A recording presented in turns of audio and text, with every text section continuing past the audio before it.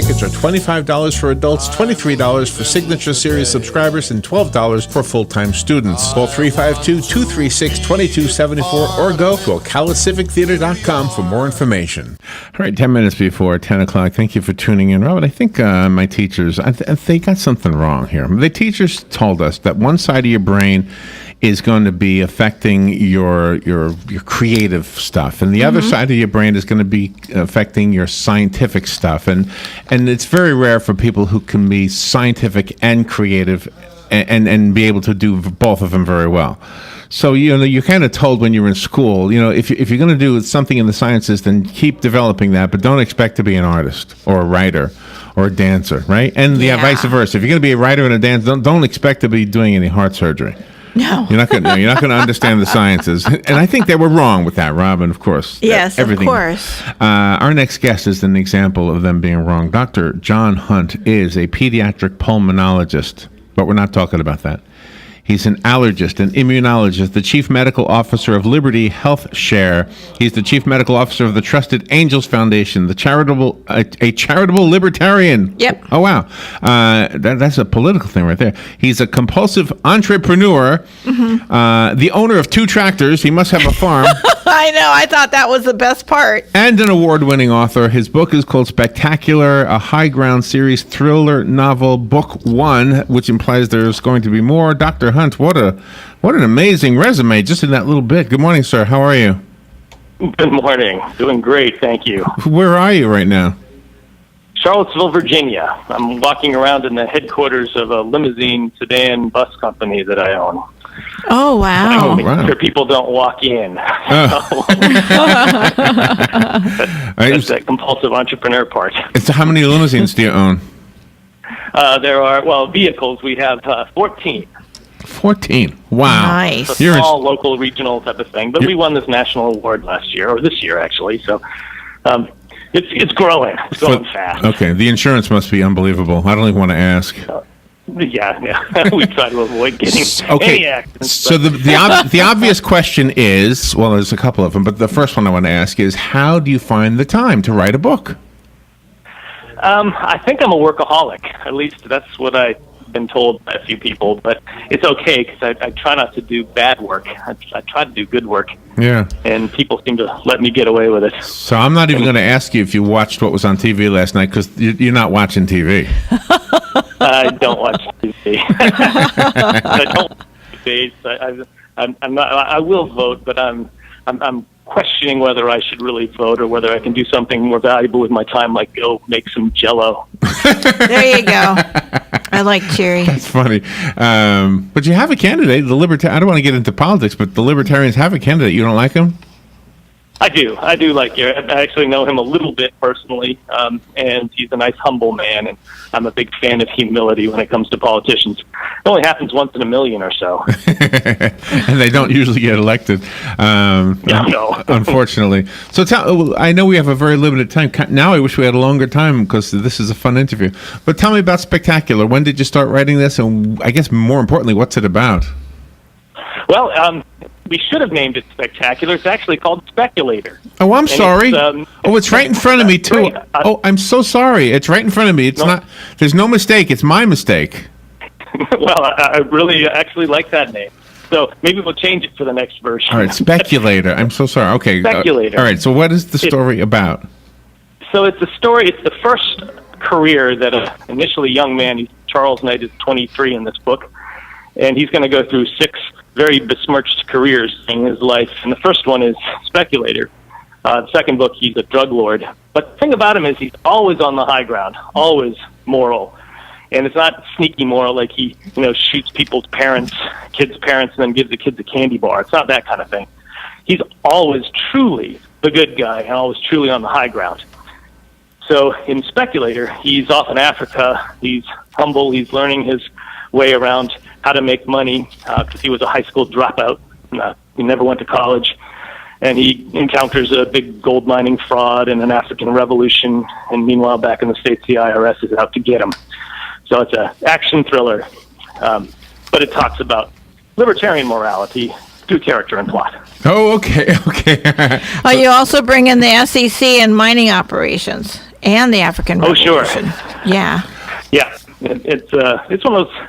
I like complex plots, and Doug Casey is one of the world famous speculators, and he is very much into gold and Africa, and I am very much into Africa.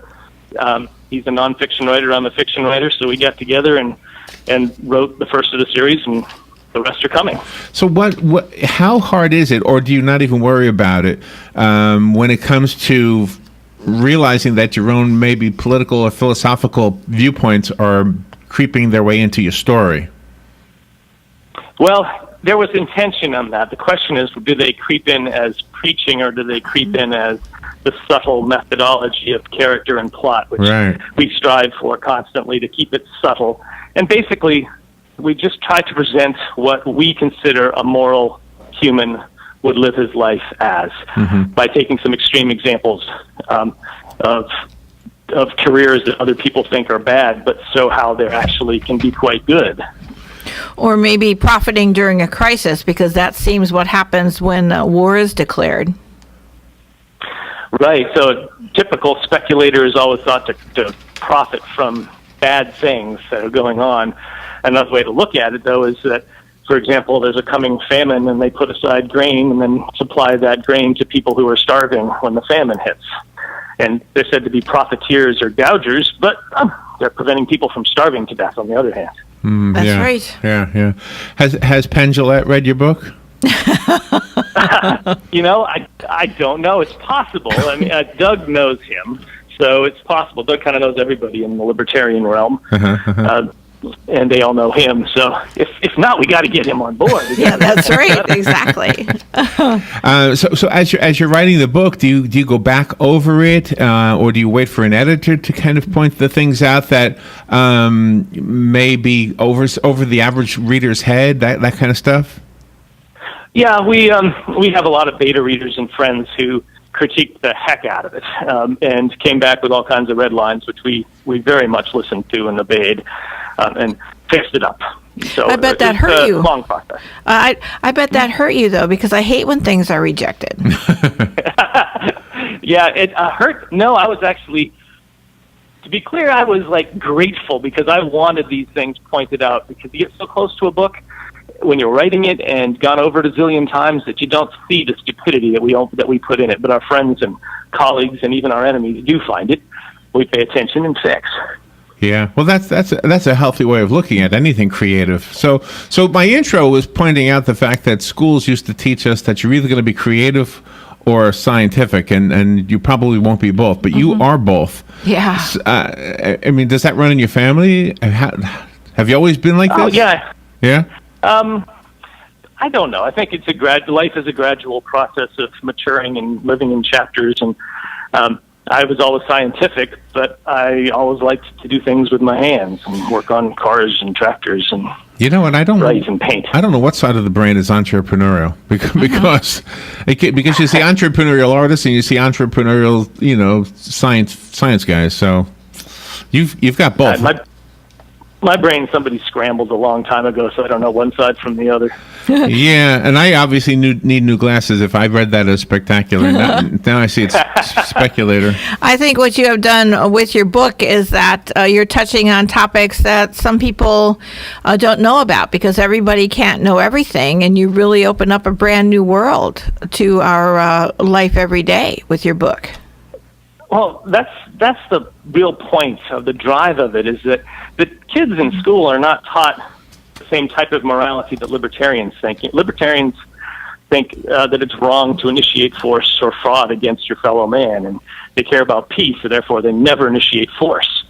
So we want to put together a character who never initiated. Doesn't mean he doesn't defend himself, but he doesn't initiate, doesn't lie, cheat, or steal, and to show what a human who lives with that morality can do.